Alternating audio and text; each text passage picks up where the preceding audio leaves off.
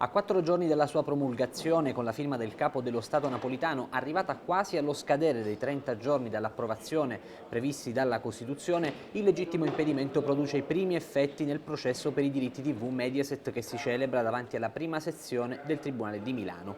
La norma, approvata il 9 marzo scorso, promulgata il 7 aprile ed entrata in vigore il giorno successivo, stabilisce precisandoli nuovi ambiti di applicazione dell'articolo 420 ter del Codice di procedura penale che disciplina appunto l'impossibilità a comparire in udienza.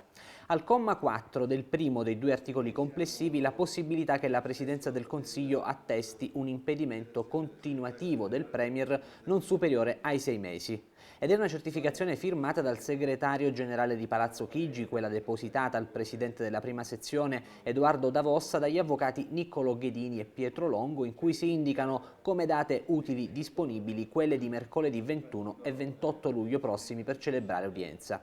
Così il pubblico ministero Fabio De Pasquale, dedicando una lunga analisi alla norma appena entrata in vigore, ha evidenziato che la legge, disponendo che il giudice rinvia l'udienza in presenza di una certificazione che attesti l'impedimento continuativo, ci si troverebbe di fronte ad una paralisi della giurisdizione non ammessa dall'ordinamento. Ha quindi concluso che, così come approvata, la legge è in contrasto con gli articoli 101 e 138 della Costituzione, sollevando formalmente la questione ai giudici che ora saranno chiamati a valutare la rilevanza e fondatezza della questione. Chiediamo che il Tribunale voglia sollevare questioni di costituzionalità di questa legge per contrasto con gli articoli 138 e 101 della Costituzione. In caso affermativo, stop al processo e trasmissione di tutti gli atti alla Corte Costituzionale, stesso copione visto al processo di primo grado a David Mills all'indomani dell'approvazione del lodo Alfano. La decisione arriverà lunedì prossimo. La Corte ha infatti deciso di sospendere l'udienza dopo aver congedato 3 testimoni che si erano presentati oggi in aula, decidendo sulla questione posta dalla Procura. La difesa di Frank Agrama ha infine chiesto, per ragioni connesse all'età ed allo stato di salute, di stralciare la posizione dell'imprenditore americano perché il processo prosegua. Parere negativo dalle altre difese, che hanno invocato l'unitarietà del procedimento, e anche del PM De Pasquale. Stralciare la posizione di Berlusconi, riferendosi anche alla sola ipotesi di slegare Agrama, significa non processarlo più. Corsa per la seconda volta con la Corte Costituzionale, forse.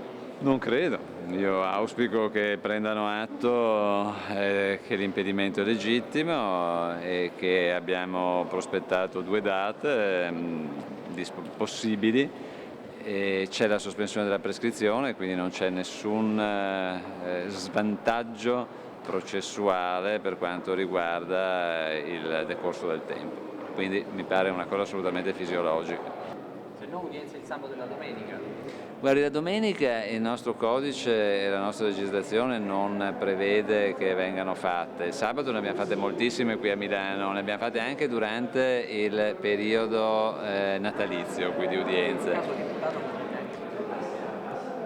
Nel caso in cui non sia al lavoro, come spesso accade, in giro per incontri internazionali, il sabato questo, come lei sa, per esempio il Presidente del Consiglio era a Parma, alla riunione di Confindustria, ieri è stato impegnato tutta la giornata nella preparazione del discorso di Washington, perché un viaggio internazionale non è soltanto il viaggio, ma è anche la preparazione, quindi l'attività di un Presidente del Consiglio è un'attività estremamente complessa.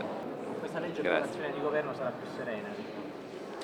Guardi, io spero che questa legge consenta di contemperare le esigenze dei tribunali con le esigenze della Presidenza del Consiglio. No, i tribunali sospendono, questa è la legge, quello che vuole la legge e quello che secondo me vuole anche il buonsenso.